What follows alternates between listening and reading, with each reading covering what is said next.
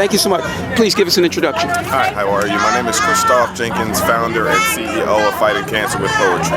And this is your logo? It is. As a matter of fact. There it is on the back as well. So you're out here today collaborating? Yes, most definitely. I'm an affiliate, one of the co-founders of Operation Reachback, and I not only am a co-founder of Operation Reachback, but again, I am the CEO and founder of Fighting Cancer with Poetry. And you can reach out to us at www.fightingcancerwithpoetry.org.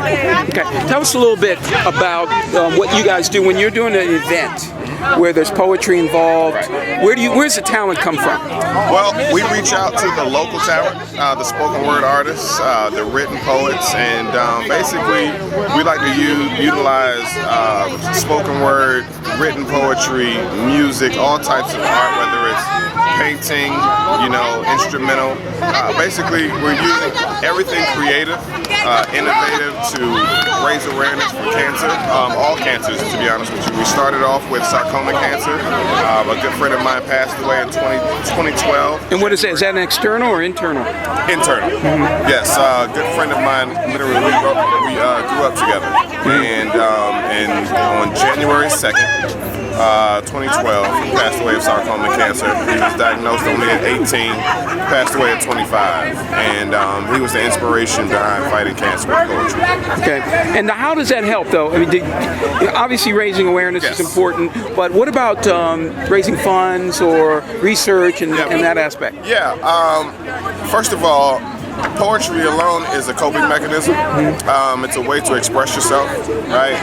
A lot of cancer warriors, people fighting cancer, they feel very, in a way to where they can't, talk to people because the person that they're talking to can't relate.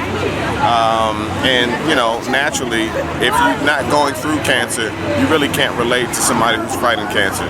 And so we're connected to the Sarcoma Foundation of America. You can check them out at www.curesarcoma.org. And a percentage of all of the proceeds that we raise goes to Sarcoma Foundation of America. Give us an example of someone who's benefited from the therapy that you've offered, and maybe a testimonial if you can remember anything. Well, the gentleman that I'm speaking of that passed away, that inspired Fighting Cancer with Poetry, he didn't start writing poetry until after he was diagnosed with cancer. And so he utilized poetry to help him get his feelings out. Again, he didn't have a lot of people that he felt that he could, open up about, but he knew that he could grab a pen and start writing. And so with his poetry, we were able to share his poetry with other people. That poetry became his testimony, his legacy, and his poetry lives today. And see, the thing is, with poetry and writing, it lives on after you, If it's published. Well, not necessarily. Well, if it's published, yes. But even in with simply just reading someone else's poetry, even through spoken word poetry.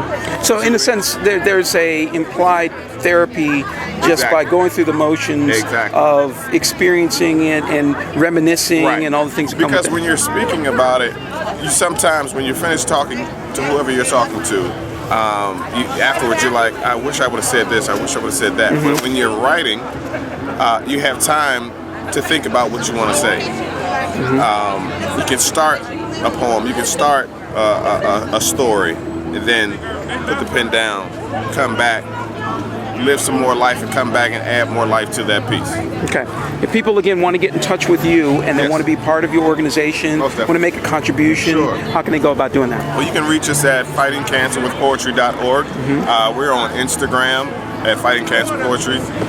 We're on Twitter, FCWP Movement. We're on all forms of social media, so you can find us anywhere. You can Google us, Fighting Cancer with Poetry. We have videos on YouTube. We have nearly 100 videos where spoken word artists from around the world are performing and raising awareness for cancer.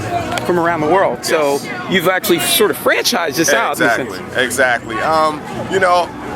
I guess you could say franchise, not so much franchise. We're distributing the Exactly. idea, but it's under a brand, right? Exactly, most definitely, most definitely. And again, this is our logo. Yep. And it's not only the yellow ribbon. The yellow ribbon is sarcoma cancer. We have all ribbons, and so whatever or whichever form of cancer that you're speaking about or advocating for, we have the logo with your ribbon.